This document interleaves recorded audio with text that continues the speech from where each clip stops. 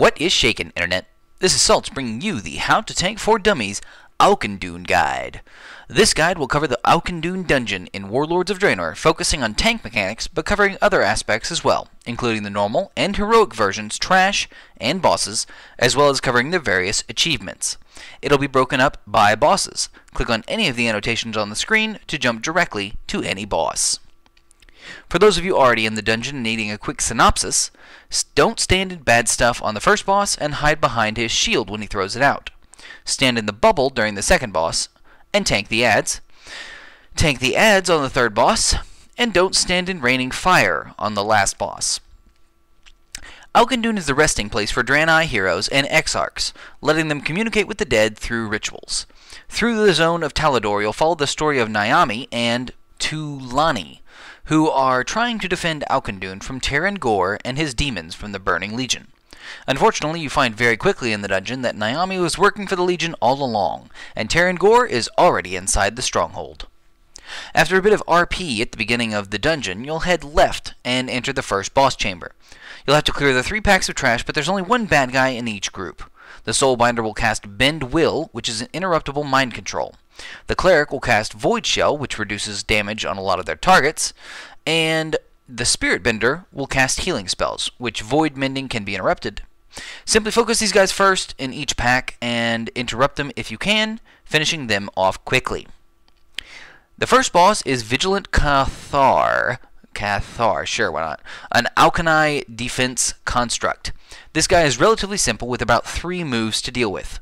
The first is Sanctified Strike, which leaves energy lines on the ground. Jump over these if you have to move past them, and he'll cast about 3 before they fade away.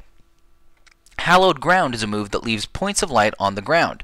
You should stay away from these, as touching them does a lot of damage to everyone in the party. These will spawn under random players' feet, so just move away from them. Lastly, the boss throws out his shields at his one shield at a random player.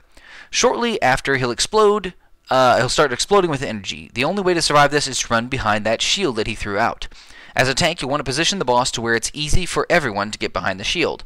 This is simply a line of sight thing, so put the boss near the wide part of the shield instead of the thin part.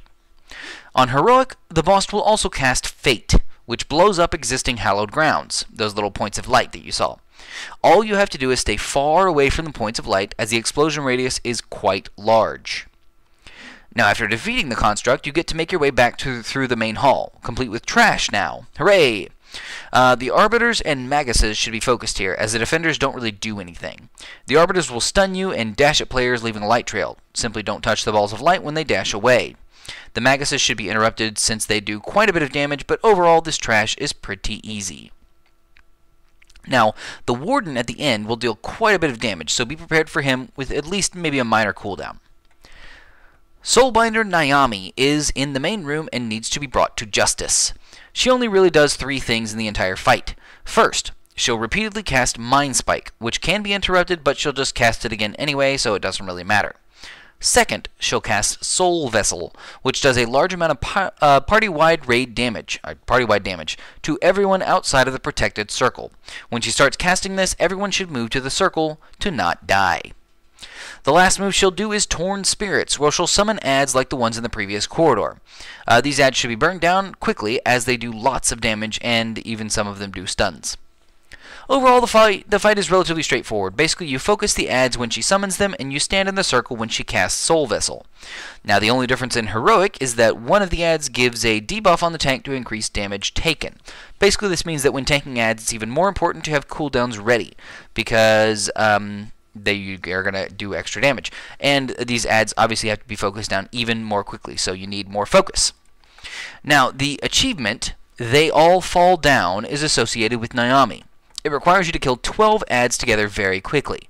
The only way to do this is to wait for Naomi to summon 3 waves of adds before killing them all together.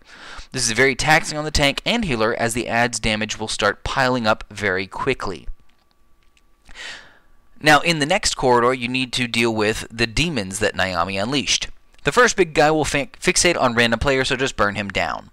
The Blazing Tricksters are completely untankable and will disorient players at random. However, they can be completely ignored and skipped, as they don't really follow you around, so just move on. Pyromaniacs will continuously cast Fel Blast, which is a very long, very powerful nuke that can be interrupted. These casts will hurt quite a bit, especially on the pack with 5 of them, so CC and interrupt everything that you can. Azakel is the boss you'll face after clearing off the entire platform at the end of the corridor. He is a relatively simple boss, as he only does about 3 moves besides basic attacks. The first is Fel Blast, which knocks the tank back. You can't really get knocked off the platform, so don't worry about that. However, it can glitch out the fight and have Azakel run outside of the ring of fire if you get hit into the wall. This will reset the fight completely, so be careful. The next is Curtain of Flame, which does damage periodically and bounces to nearby players. This shouldn't be cast on tanks, but if you get it, just move away from everyone else. The last is Fell Pull, which leaves a bad void zone on the ground. Don't stand in it. Now, every so often, Azakel will fly up and summon a bunch of demons. You've seen these in the trash before the boss. Simply tank the Fel Guards, interrupt the Pyromaniacs, and ignore the Tricksters, or completely just AoE them down. On Heroic, there will be more adds during the second phase, when he summons demons. Additionally, Fel Pulls will become lines instead of just a single pool, making moving around more difficult. Overall, though, adds are always going to take precedent. There are 2 achievements tied to Azakel, but we'll only focus on one right now. Demon's Souls requires you to kill Azakel without killing any of the demons in this fight. Basically, this is straightforward, but quite difficult, as letting the adds live can be very problematic for tanks and healers. Still, if the Pyromaniacs can be continuously CC'd or interrupted, the achievement is relatively easy. Now, after defeating Azakel, you can go to any of the 3 teleporters in the center of the area. They will take you to the platform, to a platform around the central room, which you'll fight various mini-bosses. These are fairly simple. On the first one, you need to focus the Orc Caster while interrupting the Imp's cast. On the second platform, you'll want to kill the Fel Guard before the Ogre. The Ogre actually drains life, but the Fel Guard does way more damage with his spinning move and cleaves. On the last platform, you're going to focus the caster first, then the Voidwalker while not standing and raining fire. Finally, you'll get to teleport to the central platform where Terran Gore is hanging out. TG is actually a pretty lackluster fight. The boss only has a few spells at the beginning of the fight, which include Rain of Fire and Drain Life. Both can be interrupted, but if Rain of Fire is not interrupted, it should just be moved out of. At about 75% health, Terran Gore will transform, gaining new abilities randomly. He can either become Demonology, Destruction, or Affliction, the 3 Warlock, phases, with each having a few different new moves. With Demonology, you'll have to run away from giant bad void zones. With Destruction, you'll need to interrupt Incinerate if you can, because that's a single target nuke, and use cooldown on Affliction if he chooses Affliction, especially when you're hit with curses and debuffs. Overall, this fight is fairly simple. There's lots of things to interrupt, and TG has lots of moves he can pull on you, but for the most part, don't stand in dark zones or raining fire, and interrupt anything that you can, which is pretty much almost everything he casts, it seems. Now on Heroic, the fight changes slightly, but not really much for the tank. Shortly after the start of the fight, Terran Gore will summon an Infernal ad. This ad will fixate on random party members, but not the tank, and slowly walk towards them and attack them. This doesn't really change anything for you as a tank, so really don't worry about it that much. The only other new mechanic in Heroic is if Gory switches to Affliction. He'll place bad debuffs on party members that drop seeds when they fall off or are dispelled. These basically just leave bad void zones on the ground, so move away from any seeds that you see. I kind of find these hard to see, personally, but it's actually not that common that you'll have to deal with it anyway. Now, the final achievement in the dungeon technically ends here when you kill Terran Gore, even though it starts on the previous boss against Azakel.